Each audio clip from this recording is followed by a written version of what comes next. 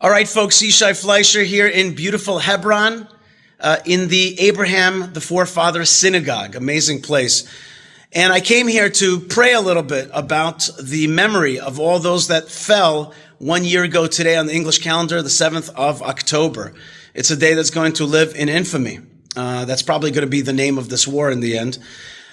It started on the 7th of October, and I remembered very well about how Israel was attacked, and we didn't quite know what was happening. Throughout the day, we understood the brutality and the scope of the horror.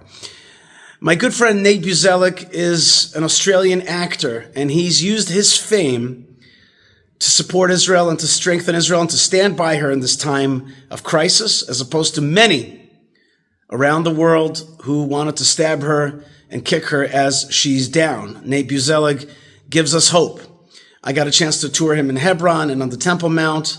And now he's come out with a video, which I think is one of the finest videos that explain the scope of what October 7th really was, and the amazing power of Israel to rise up again from the dust. And this is only going to come from a person who sees things from the outside and is a believer in the strength of the Jewish people and the strength of God to give the Jewish people that strength. Check out this video by Nate Buzelik about the 7th of October. So important this day to take a pause and remember those who have fallen and to remember the strength that they continue to give us. What were you doing 365 days ago? Keep that in the front of your mind, because I want to tell you what thousands of young people at the Nova Music Festival were doing 365 days ago. Desperately running for their lives. Hiding in bushes and bomb shelters, ducking from AK-47 bullets, RPGs, and grenades that were being launched at them by fully armed Palestinian men. 365 days ago, they witnessed best friends, boyfriends, and girlfriends being murdered before their eyes. 365 days ago, they heard the screams and murmurs of both men and women who were being raped and sexually tortured by members of the Palestinian elected terror group called Hamas. 365 days ago, our world failed the litmus test on correctly and unequivocally condemning the lowest depths of human violence and evil. We saw Palestinian supporters all over the world celebrate October 7th, this barbaric milestone. Today marks the painful anniversary of what many Palestinians have been hoping for, chanting for, and praying for. The unrestrained freedom to be wickedly violent, brutally barbaric, and sadistically cruel towards any Jew they potentially come across. You have the 1,200 Israelis who were brutally murdered as a result of October 7th. 410 of those were attending the Nova Music Festival. 45 of those Nova Music Festival attendees still remain hostages in the tunnels of Gaza to this day.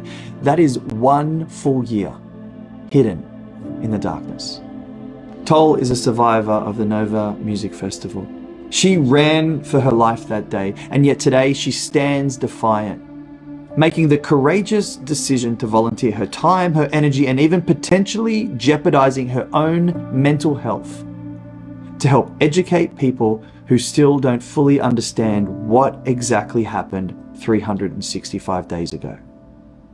She walked me through the Nova exhibit here in Los Angeles, and this is her raw, authentic response to October 7th. Can you tell me a little bit about your specific story, if you mind? I went to the bathroom. That's the last place I've been before the attack started. And when I left, there were missiles above my head. So you can see like the bullet holes here.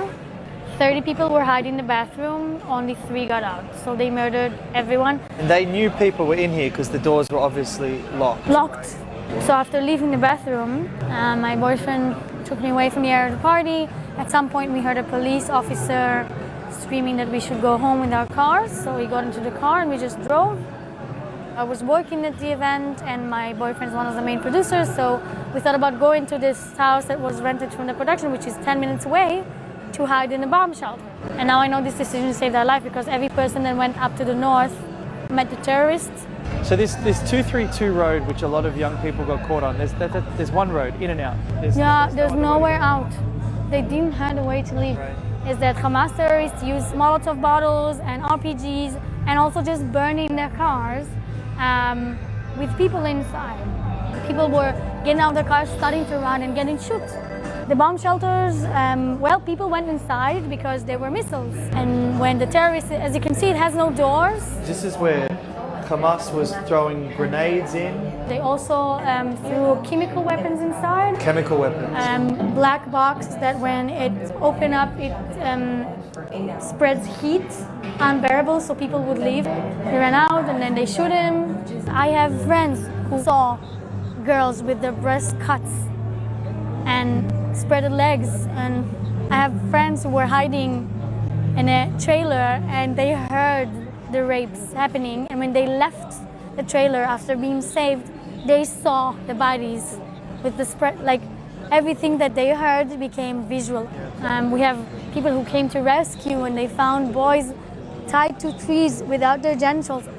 It's not just rape, it's sexual torture. Yes, it's sexual torture. It's more than rape. They mutilized bodies before and after they murdered them. They enjoyed doing it. Oh yeah. When you come into a peaceful music festival and you are running after people who've been dancing 2 minutes before that on a dance floor, that's massacring. That is the true definition of a genocide. They came to kill. They didn't care who was there and who was not there. They didn't care what's the identity of the people.